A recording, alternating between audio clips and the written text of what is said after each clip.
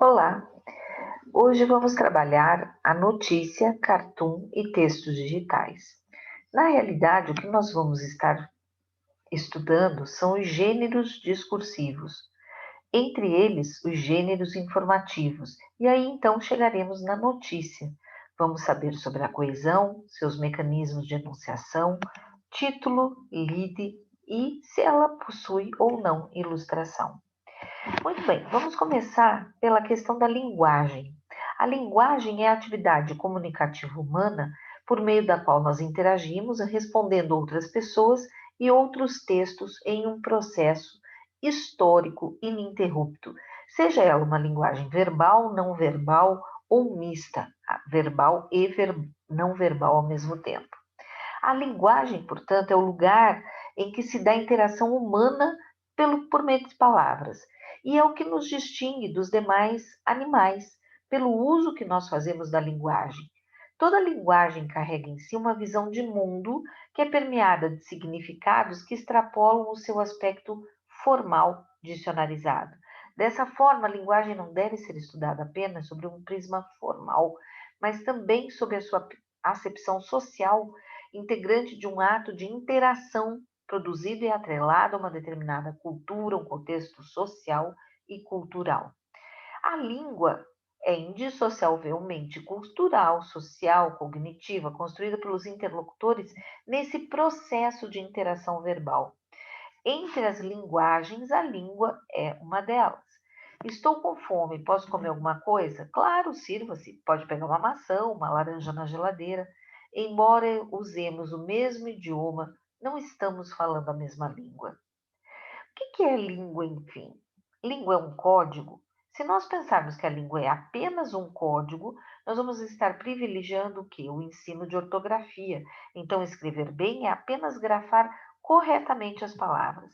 Códigos são conjuntos de sinais que, por convenção, são adotados por um grupo específico com o fim de estabelecer comunicação. A língua é um código e sinais de trânsito, os ícones em placa, mas nós temos um processo que é comunicacional. Esse processo de comunicação, que vai fazer parte de um código que é a língua, no caso, a língua portuguesa, ou seja ela língua inglesa, ou seja ela língua alemã, sempre nós vamos ter um processo de comunicação. Nós vamos ter um locutor, ou seja, um emissor, que é quem fala, um destinatário, um receptor, que é quem ouve ou quem lê. Nós vamos ter um referente, que é então essa linguagem, uma mensagem. Nós temos um canal, seja ele a fala, o livro, a televisão, o rádio. Nós vamos ter também um código, no caso, a língua portuguesa. E a cada parte desse processo comunicacional vai, quando nós centramos a atenção sobre um destes elementos, nós vamos ter uma função. A função emotiva está centrada no emissor, a referencial no referente, a poética na mensagem, a conativa no destinatário, a fática no canal, a metalinguística no próprio código. E os interlocutores são então essas pessoas que, por meio da linguagem, um processo contínuo de interação, ou produzem ou recebem os textos. O que é língua? Língua pode ser um sistema? Sim, se nós a concebermos como sistema, então escrever bem é usar corretamente as regras gramaticais.